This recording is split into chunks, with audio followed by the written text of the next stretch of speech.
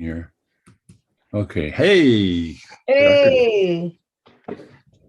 Okay, so let's see if I got the volume up all the way. That was pretty good.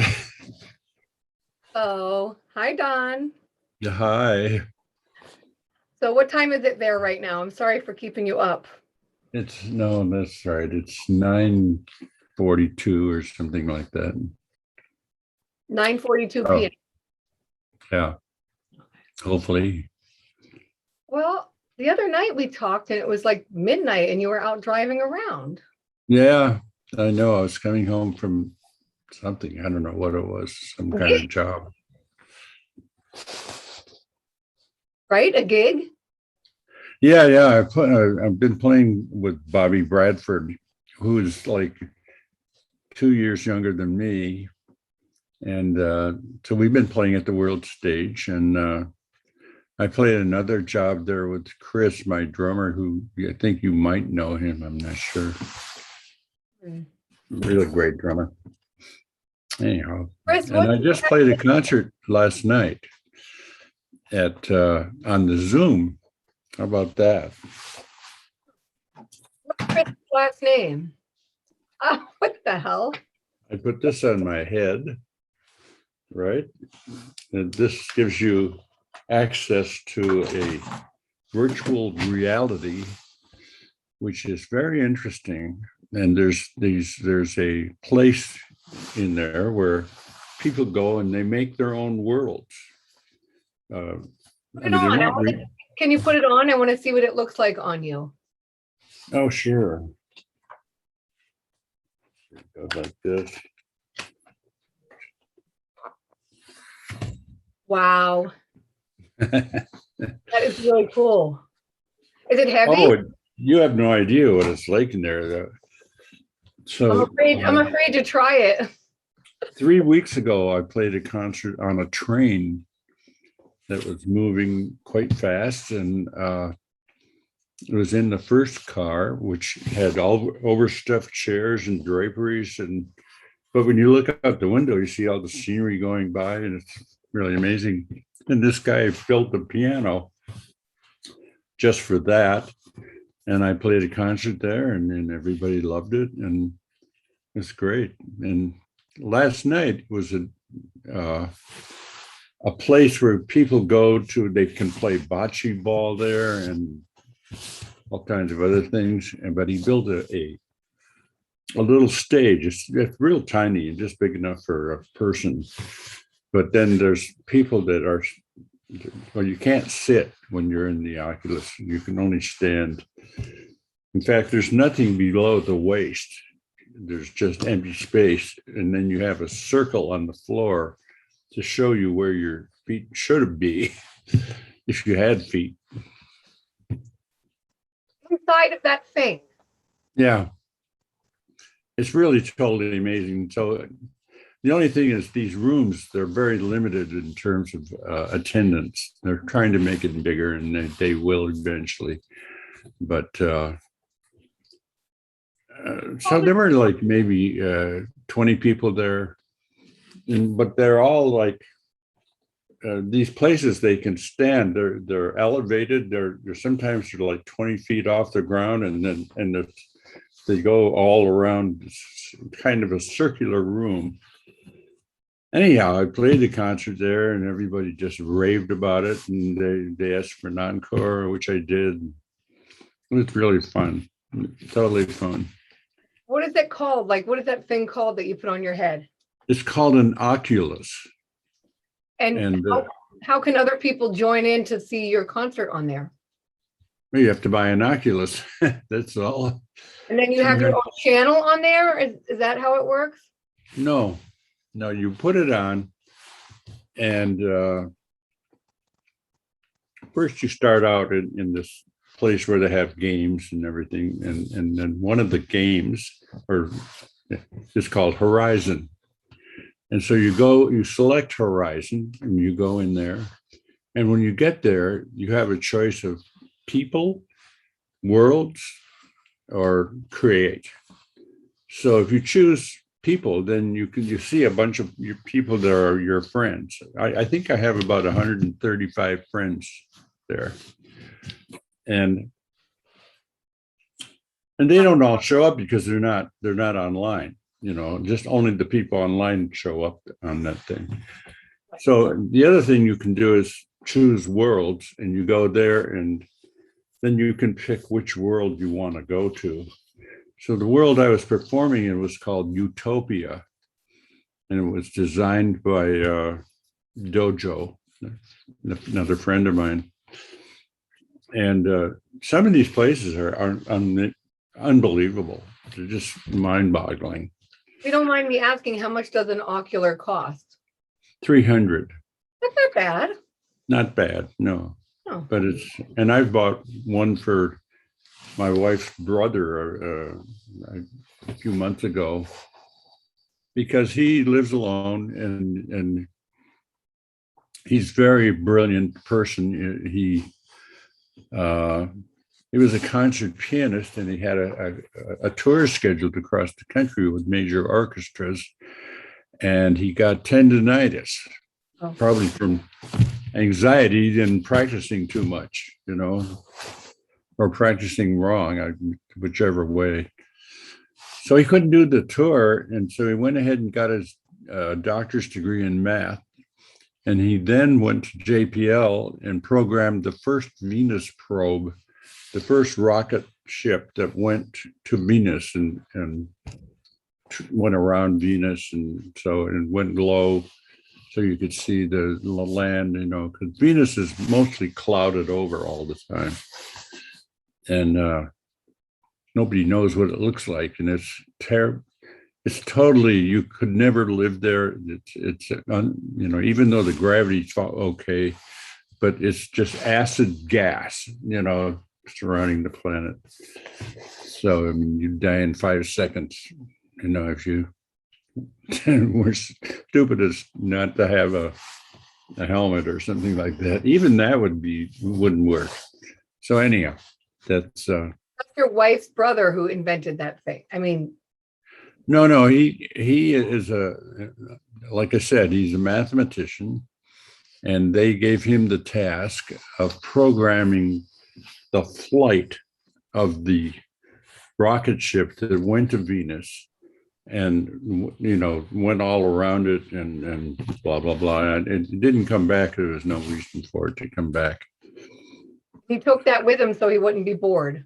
He's using that now because he couldn't go on tour. And yeah, that was a long time ago. So okay. I just got this thing to help him pass the time, so to speak. And I don't know if he uses it at all, but he didn't get as involved as I've gotten. If I got one, I might enjoy my life on there so much that I wouldn't have time to do my own life, right? Don't you think some people would get stuck in there? Some people spend a lot of time. Like I know this girl, Lila, her name is, and I'm actually performing on the 11th in a venue that she made. These things are not easy. I've delved into that a little bit, and it's really, really hard to make something. So, but Lila's, like when you say you perform, you're actually really performing. Well, I'll tell you what I do. I walk up to, they have a piano there, for say, all right. And so I walk up to the piano. Now the piano is just a prop. It doesn't work like a piano. You can't wiggle your fingers like with the. See, what happens is when you first go in there, you make an avatar. You choose how your shape of your head, the color of your eyes, the mouth, everything. And then you can choose the clothing. Last night, I had a beautiful blue suit with a red handkerchief in my pocket. Sharp dress. Yeah. So you can do that. And it's like, once you have your avatar, and I couldn't make one look as old as I am, Well, I don't even look as old as I am, so not yet. I'm getting there. Aw. So, You're still sharp as a whip and very charming. well, thank you, sweetie. I try. But I think the fans might be confused about two things. One, you're actually doing physical gigs at some venues, and two, you're doing gigs on that ocular virtual world. Yeah, Okay. yeah, really. Well, I did speak to Ike earlier, and he said he wants to jam with you. Really? Yeah. He said, ask him if he still has my number. I have the same number. All right, I'll contact him. The only thing is, we come from such different worlds. I'm a jazz musician. He's a rock guitar player, and he plays loud, really loud. And I can play loud too, but that ruins music for me. You guys jammed together during Project Object. Sorry, what? During Project Object, you blended together well. Oh yeah. We played there together, and I like the way he plays, actually. Well, maybe he could just sing. You make the music and he sings or something. He's a good singer, really great singer. Yeah, I think that's what he's mostly concerned about, like, jamming. Like, he can sing and you can play or whatever. I don't know. He wants to play date. A grown man's play date. He wants to play. Well, that's fun. I don't know where we could ever get together though. I live out of town. LA, right? Huh? You're both in Los Angeles. Yeah, but where could we play? I mean, his house, my house. I don't know. At a venue. What venue is going to want us to come there and play? The Baked Potato. You get Robert no. Martin. You get Robert Martin going, and your drummer. And I know that was pretty boring. That I've heard. I didn't go to it. I was invited there by a girl that lives in Chicago and who came out here she went to every performance. We do have a list of questions from fans. Okay, sure, let's go for it. A guy named Christopher Robertson said, was bald-headed John hung like a donkey? Well, first of all, John who? Bald-headed John. Who's boneheaded John? I have no idea who that is. It's that song, John had a sausage. Yeah. Oh, okay. That doesn't ring a bell. And why are you asking me what how big his dick is or whatever? I don't know. Like I know the size of everyone's dick. It's obviously a song reference. Listen, if I were gay, I would know the size of everyone's dick, but I don't. All right, yeah. Then we have Stefani Martin. Don, how are you healing? I'm from India. Greetings from India. How am I healing? Is that what it said? Yeah, how he's helped. How my health? My health is very good. Or maybe how you're holding up. It's whatever. He's from India. I eat a lot of Indian food. The three closest restaurants to my house are all Indian. Mm-hmm. So you like chicken vindaloo? Is that too hot? I don't like chicken, but I like vindaloo. So you at Trader Joe's you can get vegan vindaloo, if you will. Are you a vegan? No. Vegetarian? I'm a vegetarian, sort of. I eat fish and once in a while turkey. So. Okay. All right. So Wicklow Flight, Flyte. Don, when was the last time you saw Frank? Oh, good question. Jeez. We weren't exactly hitting it off really well before he died. I remember one of the phone calls I got from him before he died, and it was I made this Raggedy Ann doll that looked like Frank, Oh, and we used to take it on tour with us. And sometimes we would indicate that maybe the the guys in the band were kind of responsible for the success of the Mothers. And so he called me and he said, "Don, get rid of the doll." So, and that was all he said. And that was, typical. weird. Well, Yeah. I've seen pictures of this doll, actually. I've seen Oh, I've seen pictures of it. It has a wow. little stash. It was just the head, it was just what wasn't the whole body and stuff. But and I made one of myself and I gave it to Moon for a birthday present Oh, one time. that's She was cute. about 6 or 7 or something. I wonder if she still has it. Did you have ginger hair on the doll? Or no? Yarn for hair. So, but what color yarn did you give yourself? Oh, probably light brown, which Oh. was the color of my hair. Sometimes I see pictures of you and you look a little bit like a ginger. A little, sure. Hmm.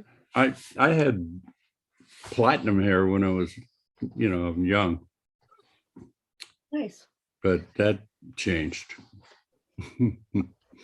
Everybody's hair color changes when they're young. I used to be really blonde when I was little too. So Uh-huh.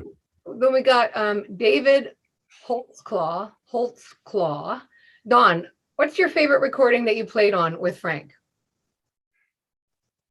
Oh, my favorite recording? Boy, that's such a tough one. I would say, off the top of my head, because I really don't think about that much, is We're All Needed for the Money. There's just so many good songs on there, and I like the overall thing. That was my introduction into the Zappa world, that album. I love it. So Mhm. I agree, it's great. Then we got David Golden. What were the earliest electronic keyboards you used in the Mothers? Well, some people know this, that when I joined the Mothers, you couldn't buy a synthesizer. You could not buy an electronic making device like a Moog. So I built one, and we traveled with that for quite a while. It was remarkable, and it really created a lot of stuff that you couldn't possibly hear without that. A lot of weird sounds and all kinds of reverb and echo and all of that. So those things became popular after quite a while, a few, like maybe 10 years or so. So, but when the Mini Moog came out, well, actually, when the Big Moog came out, I bought a Big Moog, but that was after the Mini Moog. So those things were like, between $10,000 and $20,000, and the Mini Moog was affordable. I forget how much I paid for that now, like $1,000 or something like that. And the first job that I played with Zappa, it wasn't really a job. He called me on the phone. He says, "Hey, we're going to play at the whatever that place was. I can't think of it. In New York on 3rd Avenue. No, wait a minute. It was, it was on, I think it was on 9th Street somewhere. I should know it. I've been there. I've seen concerts No, it there. wasn't on 9th. It was on 3rd. in that neighborhood. Yeah, yeah. It was There's a venue there, and I can't remember the name of it. Fillmore East. I came down to the Fillmore East with my mini Moog and set up, just up and everything. And we're playing away. And then all of a sudden I hear this big hush from the audience, woo, like that kind of thing. And then John Lennon and Yoko walk out on the stage, and we proceeded to play with him. And one of the most remarkable, I have a recording of that, and one of the most remarkable things to me that happened was that obviously Zappa had taught John some hand signals. And so we're playing away, and then all of a sudden, Zappa stops the band, or didn't stop it, but kind of waved his hand or something, and he gave the hand signals over to John to create he created an amazing piece. It just showed me so much of how creative that guy was, and the spur of the moment, doing stuff with hand signals he just learned, like 10 minutes ago. And that was just mind-boggling to me. So that was a thrilling night. Did you guys all hang out after, like you and John Lennon and Yoko and? Well, I was going on the road with Gil Evans. I don't know if you know who that is, but I'll tell your audience anyhow. Gil Evans wrote all the arrangements for Miles Davis when he did these big, arrangements of like a big band, but it was different. It had French horns and bassoons and all kinds of stuff in it. So at some point, I started working with Gil, who was one of the nicest persons you ever want to meet. And he even named he had a kid, and he named him Miles because he and Miles were so close together.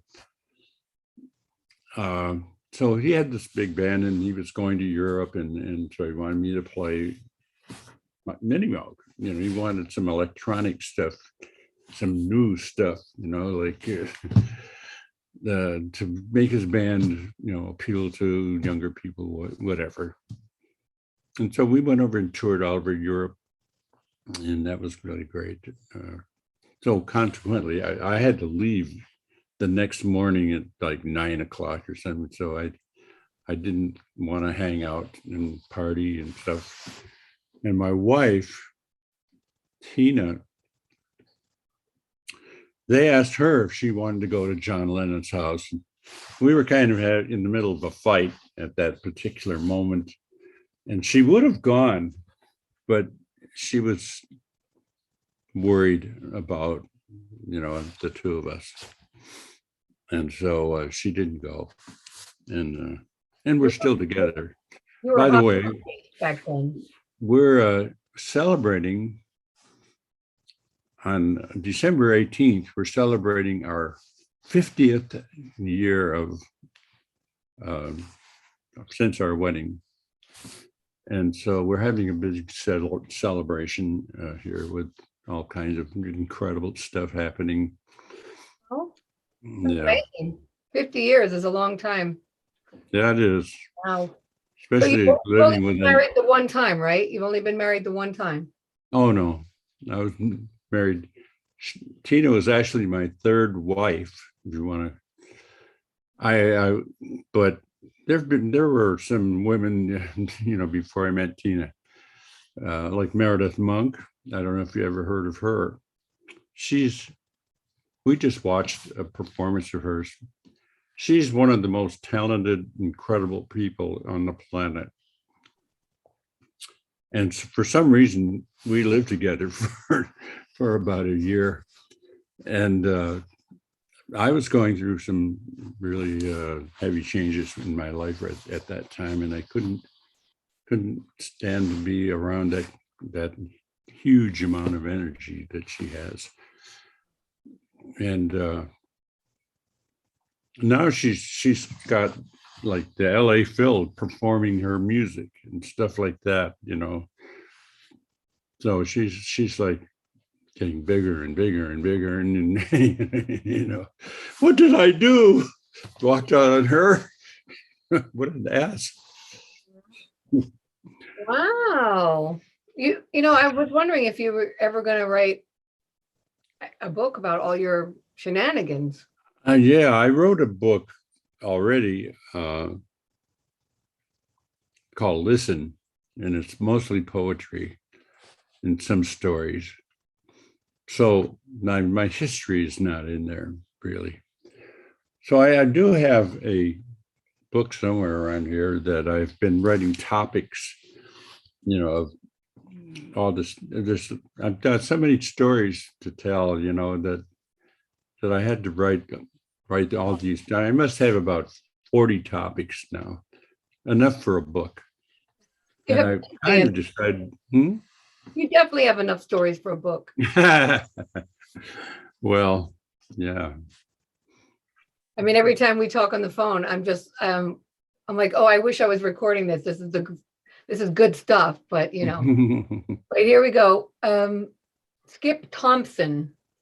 Did the members of the Vanilla Fudge really tell Don Preston about a home movie they made at the Edgewater Inn with Mud Shark?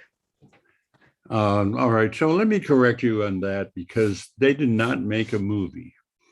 However, they did catch a mud shark, and they were fucking a girl with the mud shark. And don't ask me how one does that, because I have no idea. But they were doing. A mud shark would be too limp, but anyways. Oh, well, we don't know that for sure, because it's not dead, you know what I mean? And it would probably wiggle you around like crazy, which would be fun. Something. Was it really Vanilla Fudge? Because Yes, it was Vanilla Fudge. Okay. Because they and us were always playing together. And, they were opening for us. We opened for them. One time we opened for them in in Long Island, which is where they're from.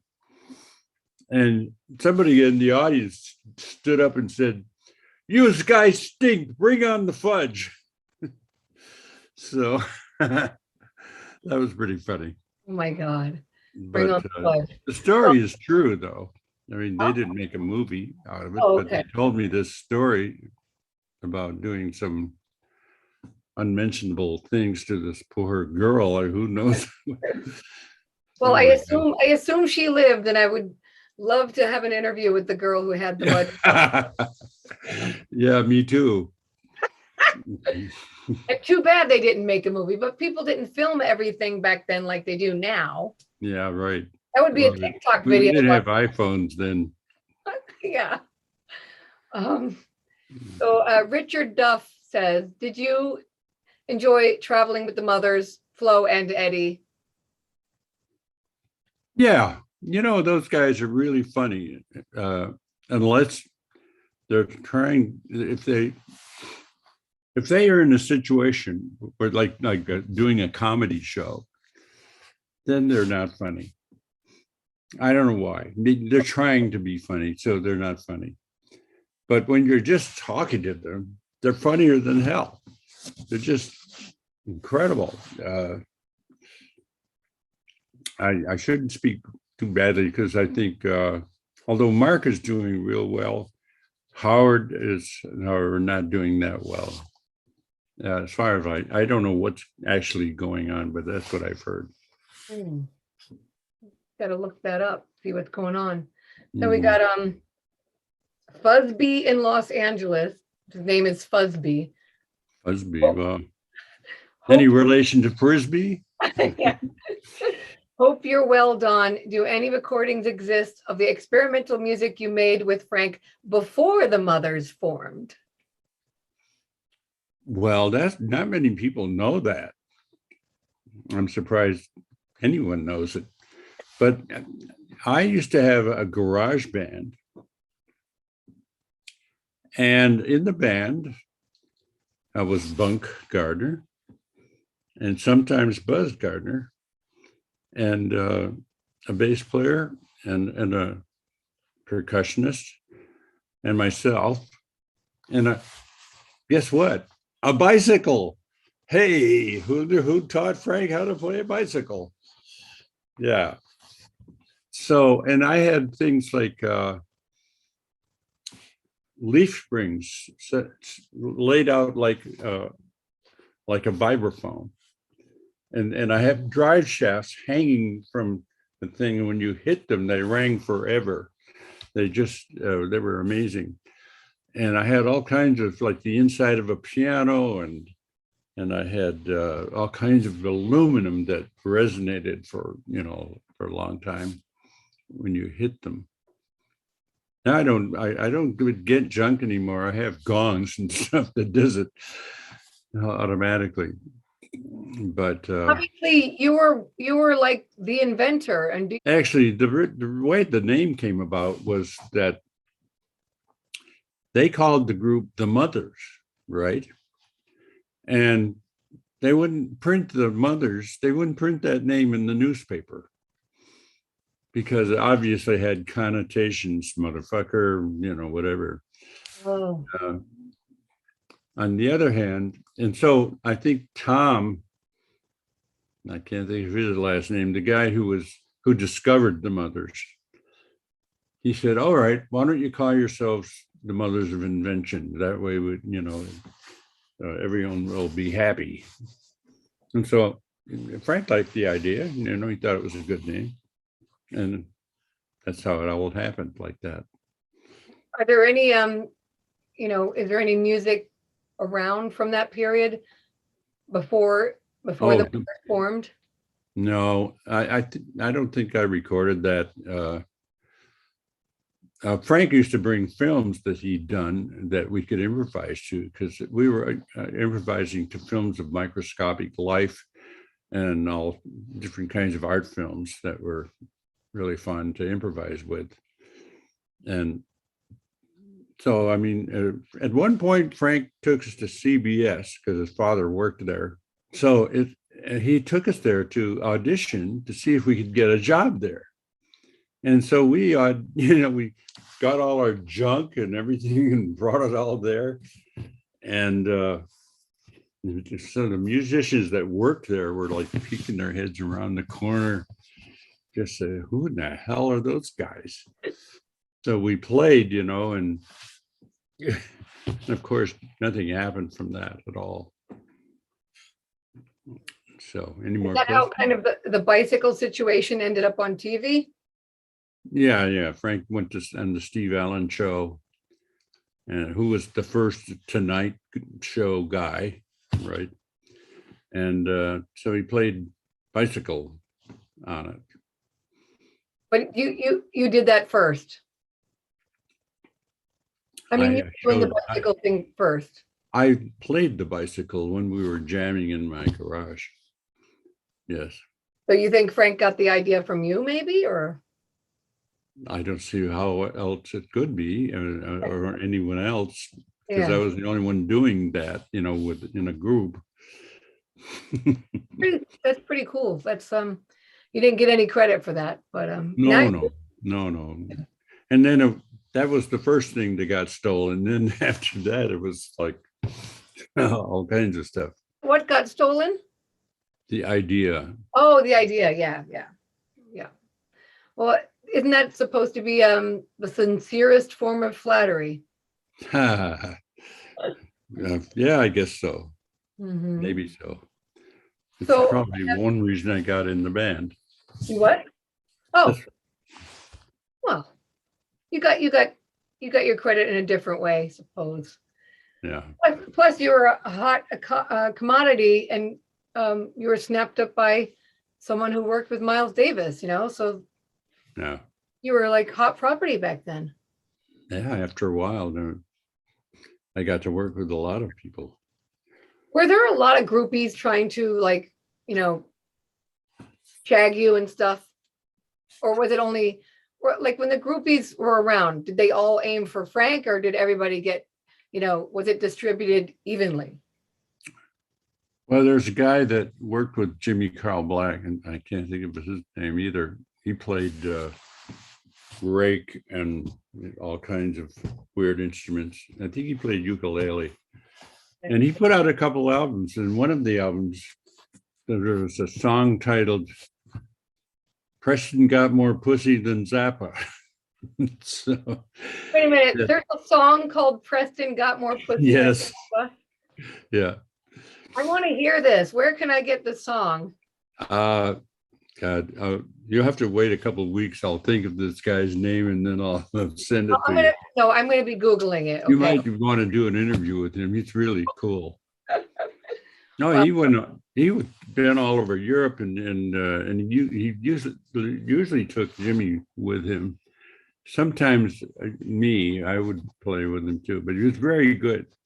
He could play all these Zappa songs, and he also had a lot of stuff that he composed himself, like Preston Got More Pussy Than Zappa and other such great titles. Oh, that Which, by the way, could be true, mostly because when Zappa was thinking about writing music or collecting his thoughts after the job, Don was up in the audience, like sitting next to a couple of lovely girls, and they usually wound up going back to the hotel with him. Well, that's the thing. Frank was busy taking care of business, and Right. you could have your pick of the crop, I guess. Well, I don't know about the pick of the crop, but I mean, they were normally. Wait. Back then, was it the same as nowadays? Like at any Zappa related concert, it's 95% male in the audience. Yeah, it is totally. Yeah. Like that before, also when you were in the band. It was, but there was always some young girls that just wanted to go to a rock concert, or something. They didn't know what they were in for. But bicycles, mud sharks, Yeah, right. Wow. That is so funny. Speaking back to Ike, who I called earlier, I'm still helping him along with his GoFundMe. And I said, did you know that Don also has prostate cancer? And he said, no. I said, yeah. And he wants to know, how are you doing? And he also wants to have the information from your doctor so you guys can share notes and stuff. Well, I take this medicine called camicillate or something like that. No, we need to know the name of it. We have to know the real name of it. You got to email it to me, because Ike wants to have some of that action. So I also get a shot once a month, and then I take one pill every day, which is probably chemotherapy, if you will. I mean, chemotherapy just means chemical therapy. Okay. And as far as I know, I mean, I don't feel anything. I did have the catheter for, God, how long was that? It was like about 9 months or something. And the drag. I don't know why, but I just couldn't pee. And so I had to use a catheter. And then at one point I went to this really great doctor and he did some things. And then all of a sudden, bam, I didn't need a catheter anymore. Well, that's good. I could turn Ike onto this guy. He's really phenomenal. Yeah, we need to do that. We're going to do a group email and get all taken care of. I should do that. I mean, he's old enough now that he's got some HMO, I would think. I'm not sure. You have to be 65. Apparently his medicine's like really, really expensive, and because they have a copay. And I don't pay anything. Wow. That's what I'm saying. We gotta connect the dots, you two together, and sure. Try to help. I like acting. I do. I like him. He loved you. He said, I love Don, and he's so unique, and he's the nicest guy, and he's very positive. He says he has nothing but nice things to say about you. And he's, he wanted to ask, how are you? I miss you, and I want to play with you. Call me. Okay. That's what he said. Cool. So I think that I would be do cool. have his number. Sorry.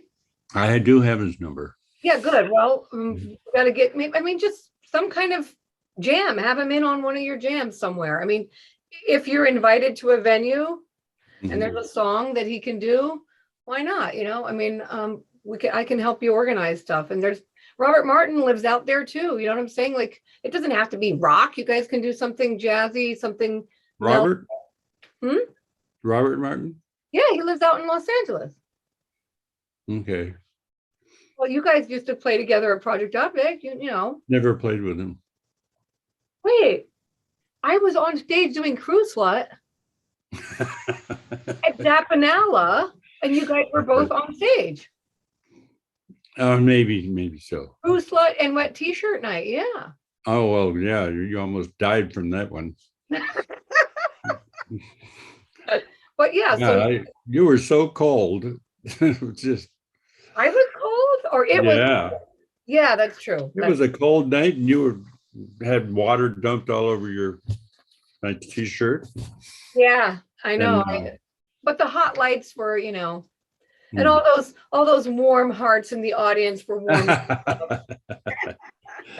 Yeah. So I don't know. I'm just saying you don't need to have an official gig at the Baked Potato. And No. I mean, it's not that. It's just that you can't just go to a venue and say, oh, we want to play. No, but we'll stir up a buzz and we'll try to get some promotion and so on if you want. If you want. It was just a, you know, like even an open mic somewhere, something mellow. Let me just say this. I am definitely not interested in playing Zappa's music anymore. Even just one song? If you were going to pick one song, which one would it be? What would it be? Let's see. Oh, gosh. Your keyboard's turned on right there? A Kid in His Arf. Eric Dolphy has always been one of my favorites. So, yeah. Little House. I like that too. Nice. Yeah, I can imagine it's annoying that people are just saying, I just want to hear that. But when you have so much other stuff, how many unpublished albums do you have already that need to be released? You told me once. I have about 10 albums, and they are published with my own publishing company.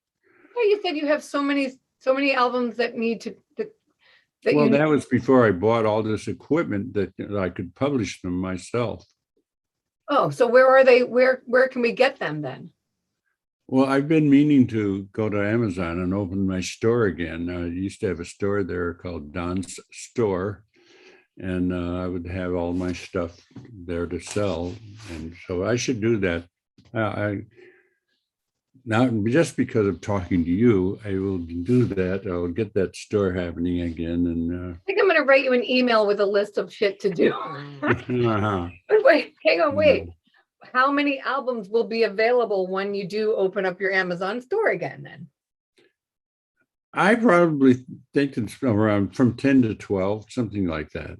You know, I really don't have that much stuff. You know, maybe it was like 80 songs or something. The one of our first podcasts, the audio podcast, I couldn't believe how much music that you had that hasn't been released yet. And I was like, let's do this, you know? Yeah. Like, what are we waiting for? I need to do it. Plus I have my book as well. I have another book that I've written with the poetry and stuff. Yeah. Well, if you need any help publishing that stuff, let me know and we'll put word out and connect the dots for you. So. Yeah.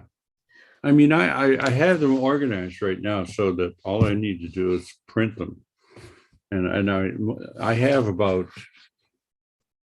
8 or 10 copies of everything that I've done. Oh, great. Because I've, I just like to give them out to people. So, all right. I'll have one and I'll do a review of it. So, yeah.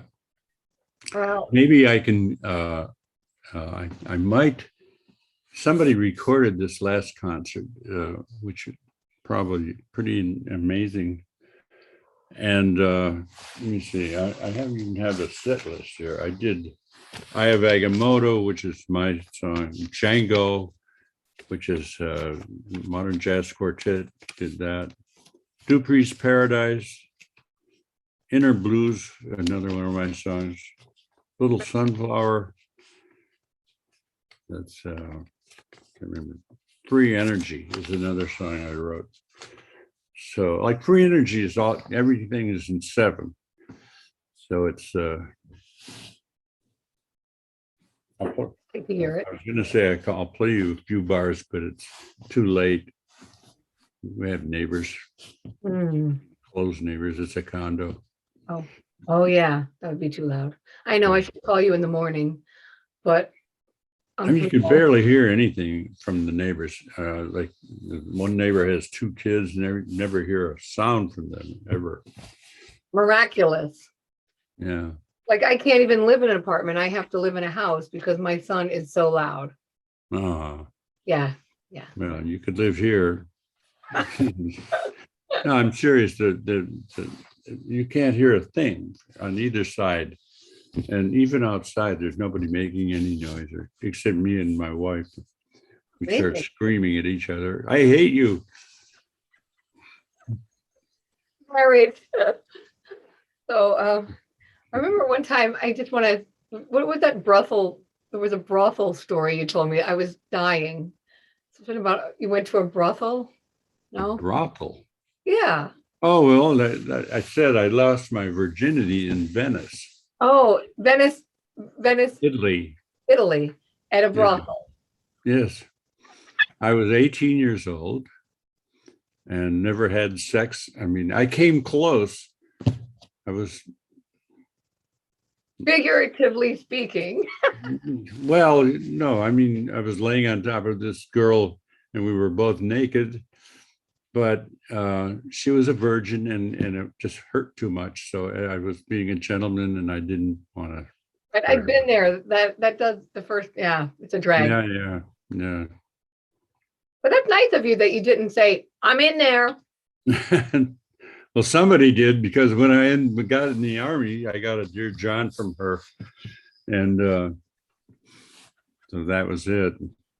Wait, you were in Venice, Italy for what? Why? Well, the best whorehouse in Europe happened to be in Venice. It's called Diane's. And what you did is you go into, with St. Mark's Square, that big square everyone sees in Venice. And then you go out down one of the little side streets. And if you see a young boy, that you give him like 50 lire and say, take me to Diane's. And bam, he takes you down to Diane's. Otherwise, you couldn't find it. Venice is so complicated. It is.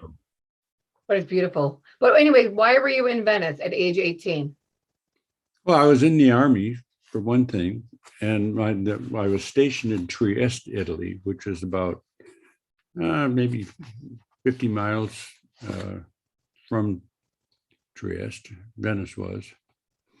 And so that was like the logical place to go if you're going to go somewhere. It's like just a short ride, and you're there. They have parking for cars. So because once you get in Venice, there's no cars there. It's just boats. Yeah. I've been there many times. I love it. Have you? Yeah. Oh, yeah, I have too. Even after that, I've been there many times. Did you go back to Diane's every time? No, I've never been back there. I don't think it exists any longer. I mean, who knows? Maybe it does. I should go there. I have a friend who's a gondola driver there, and I've been friends with him for decades. And I'm going to ask him. I'm going to say, does Diane still exist? We'll find out. Yeah, you would know. Exactly. Sure.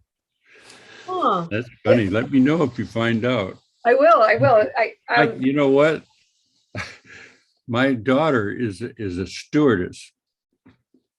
What that means is I can fly anywhere in the world for free. I'll fly to Venice and go to Diane's. Why not? For an old time. Well, unfortunately, my wife would disagree with that. That's true. Well, I mean, it's not like That's Yes, it is. that's true. Listen, I have to. You can take a No, I'm not. tour. Hmm? Yeah, yeah, right. Anyways, that would be Yeah, yeah. I wonder if you have to wear a mask while you're fucking her. yeah. I did see that in Austria that there's a whorehouse in Austria, and they're Mhm. saying that if you come into their whorehouse and get the vaccine, you get a free fuck if you get vaccinated in their whorehouse. I swear, it's true. I'll send you the article. That is so great. Oh my You can Google God. it. It's true. Yeah, So they're yeah. giving away here. They're giving away what? Burgers and fries, and over there they're giving away. That's terrific. Yeah, Don't you love Austria? It's just another cool place. yeah. Nice and clean, good food. Oh, they have one of the best clubs to play in too. I can't never can remember the name. It's like not Frankie and Johnny. It's two names, a man's woman and woman's name, and it's a song. There Oh, might even be a whole play. oh, I don't That's know. it.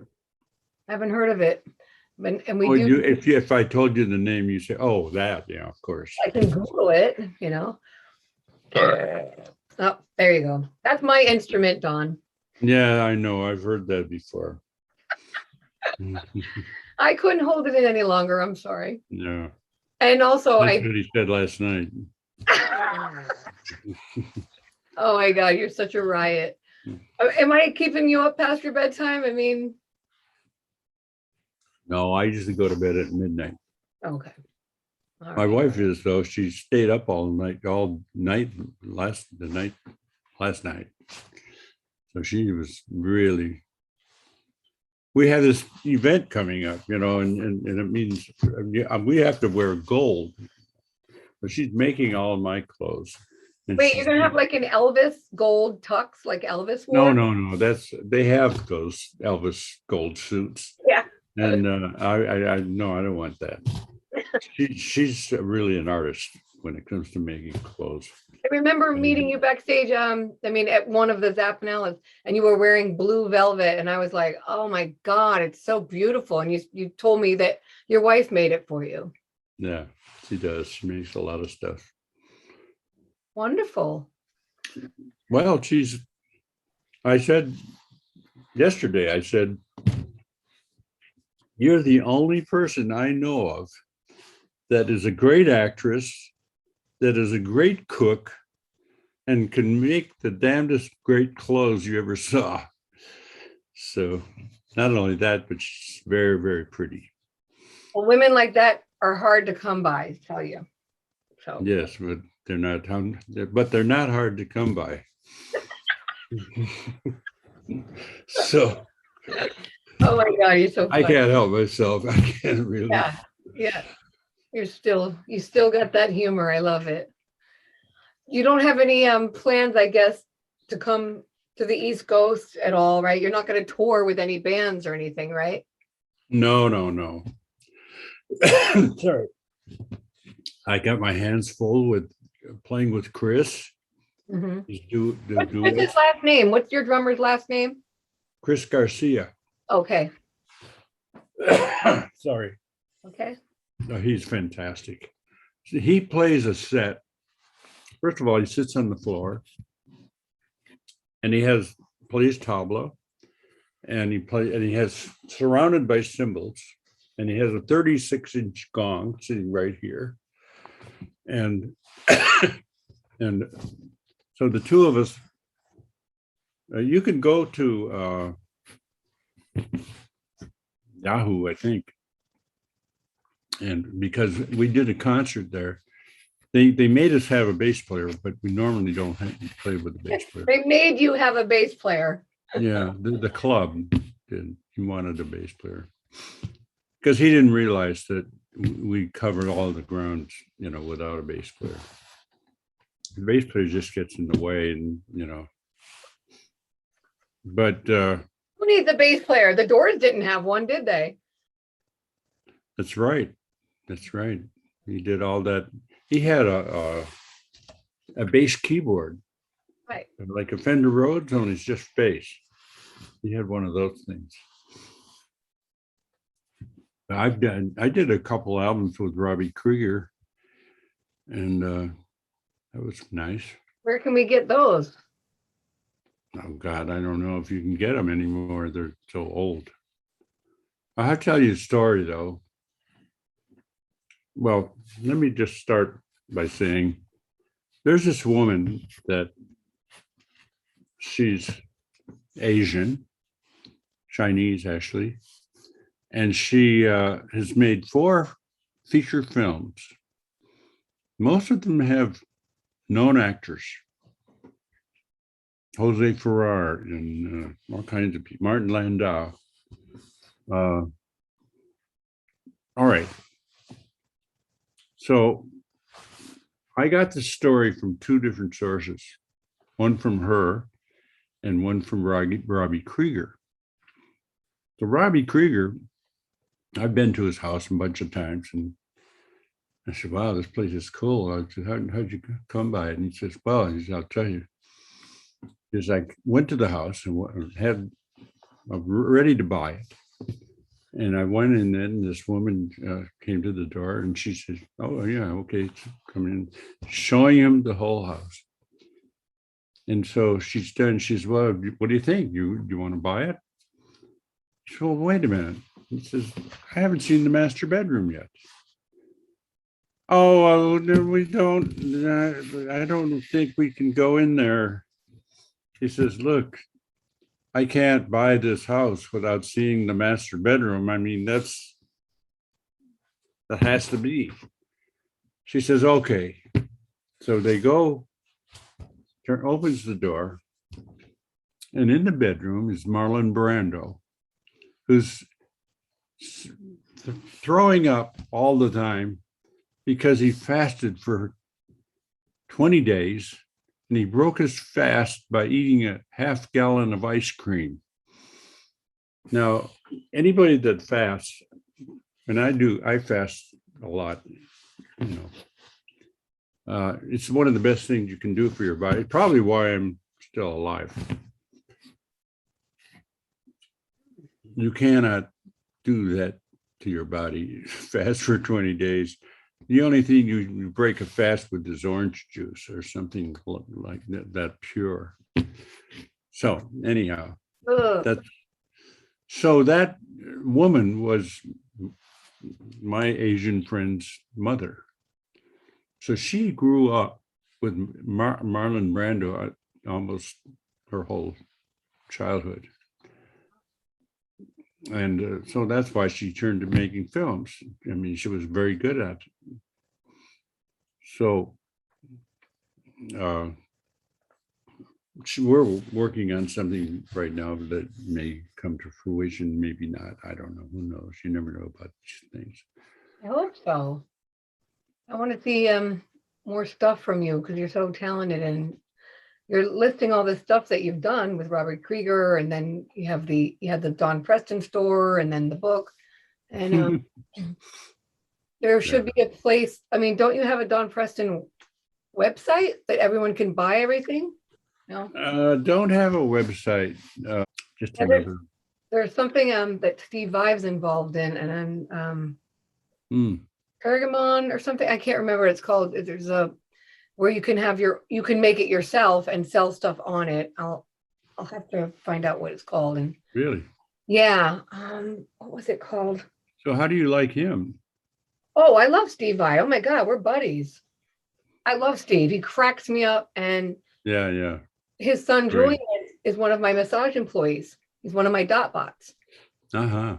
You know, I'm texting Julian a lot, asking him if he can massage so and so and everything. And Steve has a great sense of humor. You get along with him, right? Yeah. You guys. I met him just briefly, you know. And hi, how are you, and all that. Yeah, he's definitely one of my favorite alumni. He's very easy to get along with, very positive person. Yeah, and a great player. Yeah, absolutely. He admires you. Like I talked to him about you during our podcast. So he's like, we never played together, but I love him, you know. So oh, did he say that? yeah. Mm-hmm. That's nice. Yeah. Is there anyone that out of the alumni that you fucking hate? You can't. I don't hate him, but this one guy, I think I already mentioned him before. He was very angry that I wouldn't come to see Joe's Garage here in LA. And Scott Tunis. I'll tell you something about him, and you'll know exactly who it is. He was so mad at me. He sent me a picture of his dick. I mean, even at the Zappanale, there were pictures of his dick at the Zappanale, you know. Oh, wait.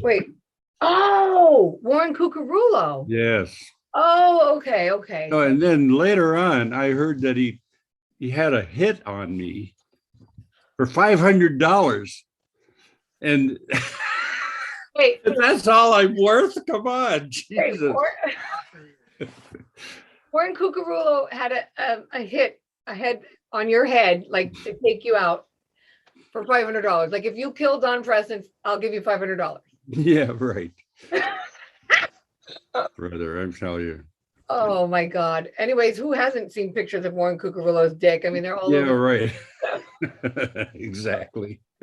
Oh my God. Not a claim I would want for myself. Wait, all because you didn't want to come to the Zappa Joe's Garage production out in LA? Yeah. What year was that around? It was about 30 years ago, I think, something like that. And the funny thing is that now my wife belongs to that theater company. And I've met all the guys that did the show. And they're really great guys, and they sing their asses off. I said, why didn't you get Ike for that? He lives here. Yeah. And then they said, well, we just couldn't do it, you know. They couldn't afford him? Yeah. I mean, Ike would have killed. Yeah. But maybe, I have no idea why. It was one of their best productions, though. They made more money from that show than any other thing they've ever done. Wow. But they did a good job. You know, I just didn't want to go there because Gail was there every night, you know, and I just didn't want to deal with that bullshit. Yeah. You know. So one's like, either come or here, have a look at my dick, or I'm going to have you killed. And yeah, right. Here you are, still alive. Figure that out. Wow. God. Yeah, I think he's one of the nuttiest alumni for sure. I mean, he paid me one time $500 to dress in a nude cat suit, head to toe, completely nude, so that I look nude from a distance. Yeah. Sent me the clothes and $500 to stand at Times Square on 9/11. I think it was like 2006, and hand out his DVDs and pictures of his dick. No, I've never. I mean, yeah. The DVD was called TV Fakery. It was about 9/11 and about the planes going into the building and stuff. Like he did a lot of research on it, and so I stood there looking naked and handing out these DVDs all day at once on 9/11. So I too have a $500 connection with Warren Cooper. You got the $500. That's bravo. All right, Don, it was so nice seeing you again, and thank you for your time. And I hope next time I talk to you, I get to see your wife. I've never seen her. So exciting. I don't think she'd like to see me though, right? She'll be like, who is that girl and why are her tits out? I'm not gonna like that. Oh, she's been around the block a few times, but she. All right, I love you, Don. I love you too, dear. You mean a lot to me. Take care of yourself and be careful. Mm-hmm. Okay. Yeah, you too. And happy 50th anniversary. That's amazing. Yeah. Have fun on time to be with an actress. On December 18th, I'd like to see a picture of you all dressed in gold for your 50th anniversary. That would be nice. Oh, wow. Sure. Well, I'm sure we'll have a bunch of pictures from this. Good. Yeah. Not many people can hang on that long. I'm wearing this all gold. It comes down to like above my ankles. I mean, it's like amazing, you know, just long. It's more like a robe or something. looks like something George Harrison would wear. I'm really curious to see what it looks like. Okay. All right. Good night, hon. Good night, dear. Bye. Love you. Love you too. Bye-bye. Bye.